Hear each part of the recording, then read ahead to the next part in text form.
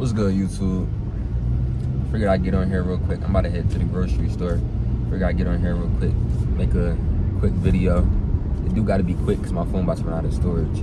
But I just wanted to get on here today, talk about the success personality. Now, the success I'm talking about, it's not like a stereotypical definition of success, like material success, like cars, money, hoes, yachts, all that type of shit. I'm using a definition of success. We'll define it with an acronym. The acronym is from Psycho-Cybernetics. It is sense of understanding, sense of direction, understanding, courage, compassion, esteem, and then I think it's, I'm trying to remember and not look at the book and draw at the same time. And then I think it's self-confidence and self-acceptance. Let's start with sense of direction. People function like goal-seeking mechanisms. I feel like we talk about that a lot because most of the videos are having to do with this book, and that's the main point of this book. But a person without goals drifts mentally and emotionally, right? It's like you need goals to keep. Let me put it like this: when you look at a bicycle, if a bicycle isn't moving forward, it can't maintain balance, and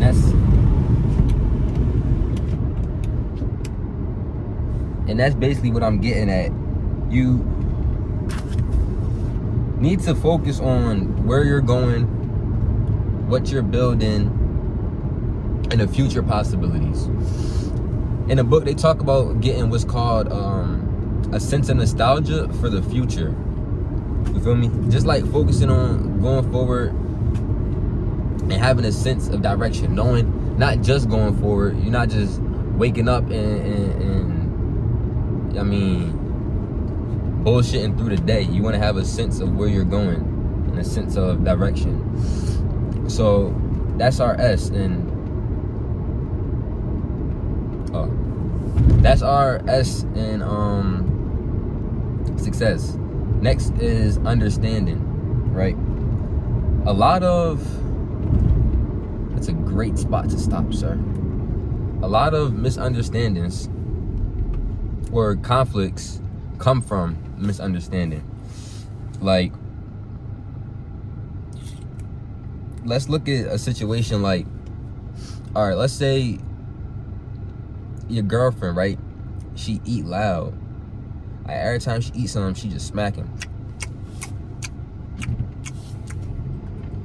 I seen a bumblebee. Every time she eats something, she's smacking. Now, the fact would be that your girlfriend is a loud eater, but an opinion would be, oh, she's eating loud on purpose to annoy me. When understanding, it's kind of like you want to take into account fact over your opinion. You know what I mean? Like, the solution to developing a better sense of understanding, you want to look for the truth.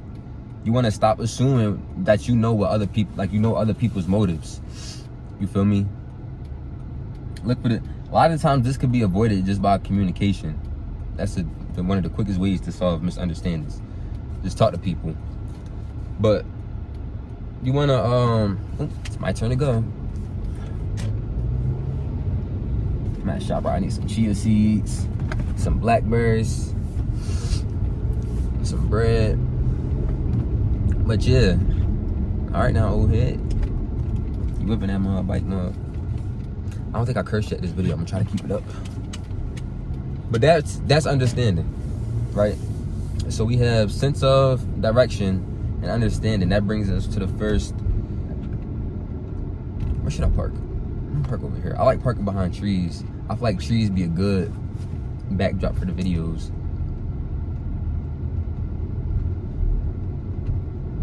Every time I look like that, y'all know what I be looking at.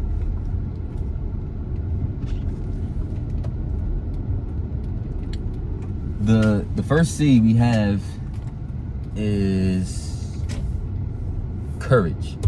You can have a sense of direction being your goals, and you can understand them. But without the courage to take action, nothing is going to get done. Like we talk about a lot. We all have like an automatic guide in our system that guides us towards our goals, but it can't guide you if you're stagnant. You feel me? You have to be in motion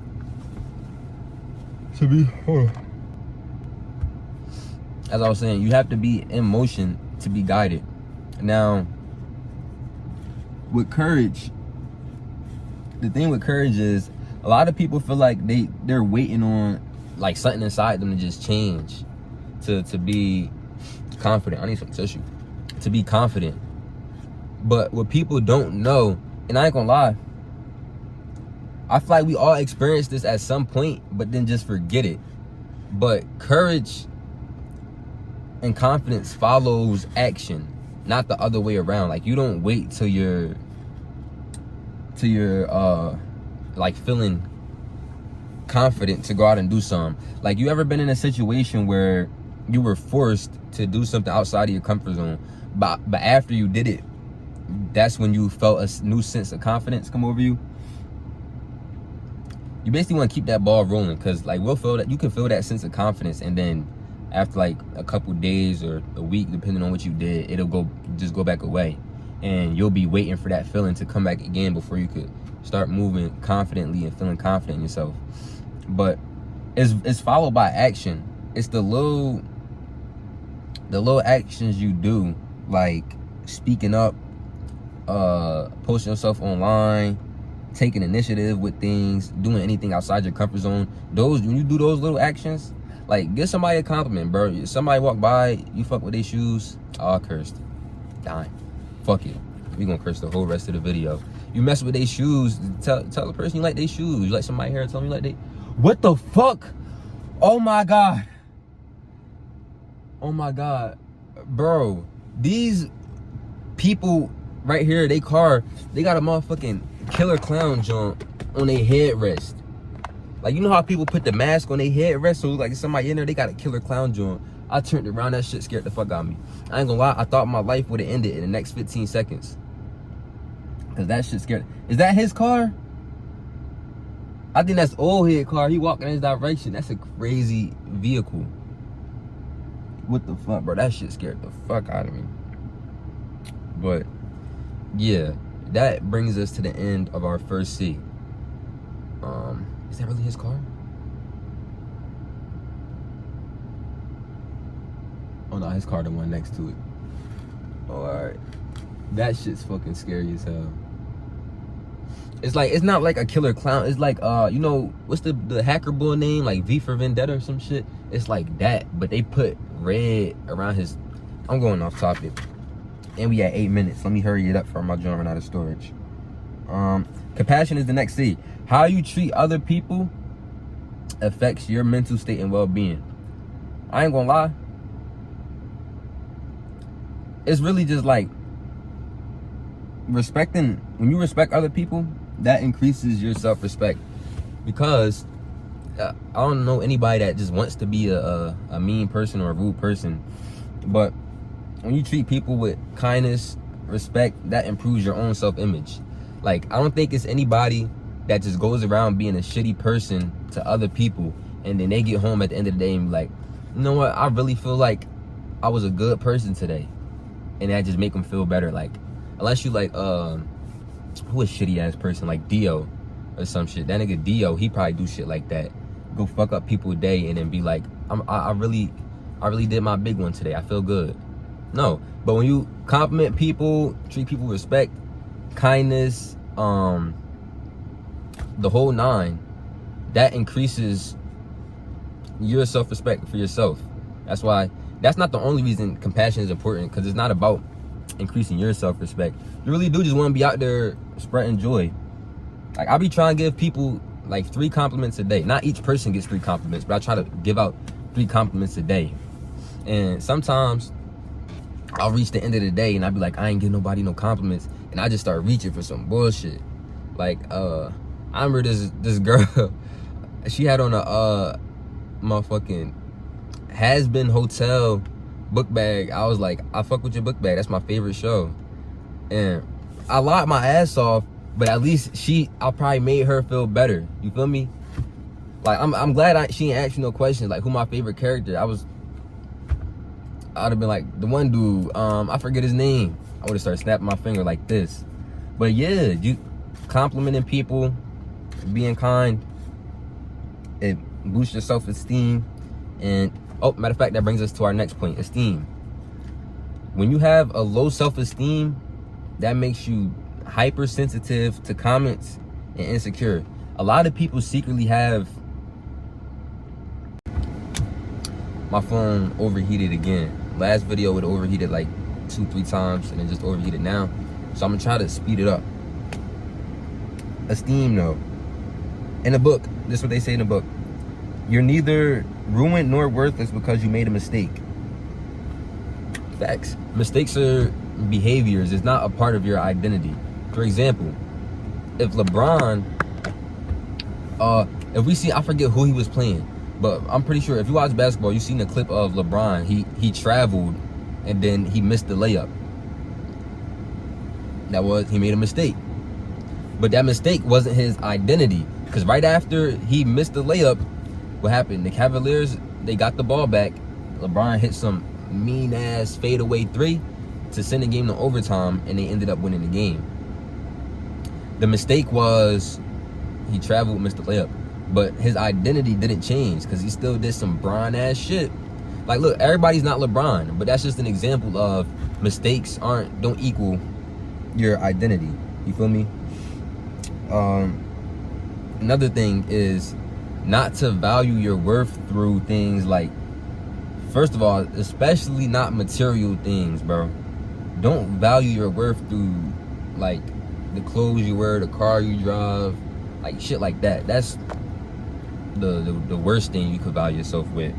But you don't want to value yourself with other people's approval, comparing yourself to other people, or being perfect as the medium, like striving for perfection, like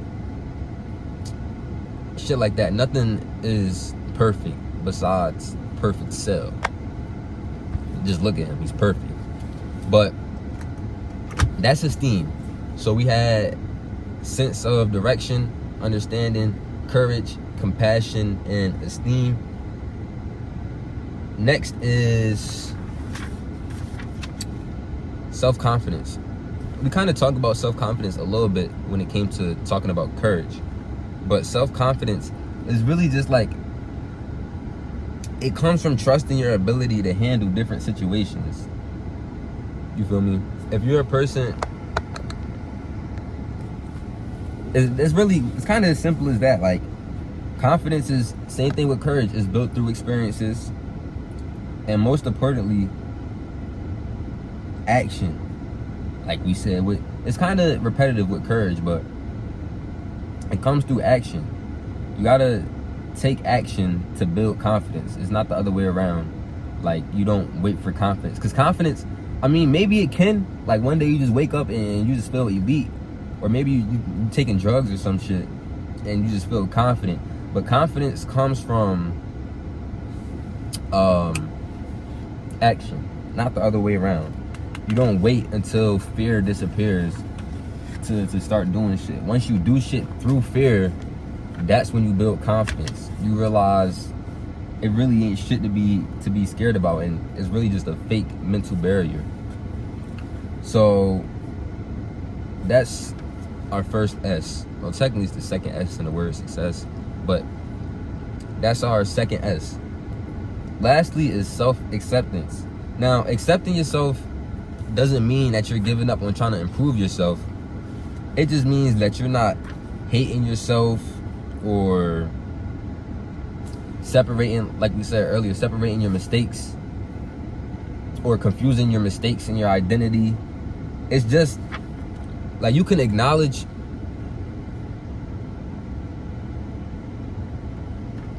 I was reading a text message. You can acknowledge your imperfections without condemning yourself or hating yourself for it. Like, you can acknowledge something that you're not particularly fond of about yourself, and you might want to change. Like, if you know you want to lose a little bit of weight or something like that. Maybe you don't like your haircut or some shit, and there's something you want to change about yourself. That doesn't necessarily mean that you hate yourself. It's just like, all right, I'm not fond of this, and I think I can make an improvement. You feel me? But what you don't want to do is hate stuff about yourself. You feel me? Like, and it's not about what you call it, like thinking there's no room to improve. It's really just you don't want to hate yourself. That's basically it with self-acceptance. You can have room to improve without overly concentrating on having flaws or being a flawed person. But that's the entire acronym for the word success. As you can see, it wasn't really defined by anything material or things like that for the most part. I ain't talking about having a new car, money, chains, hoes, like shit like that. Success isn't just, I mean, a lot of people do consider some of them things success, but it's not just external achievement. You feel me? It's a certain type of personality that you carry with you. You feel me? Understanding, courage, compassion, esteem, confidence, acceptance. Because every time my phone overheat, it do this shit where if you have on your battery saver and your phone turn off after 20 seconds, that shit's annoying. But those traits, once you have that success personality, that shapes your behavior, reactions, your decisions, your emotional state, and of course your long-term success. But that does bring us to the end of this video. I catch y'all. You know what I'm gonna start doing at the end of the videos? I'm gonna start saying catch y'all like somebody, and I'm gonna name a random ass wide receiver. Catch y'all on the next one like Calvin Ridley. Peace.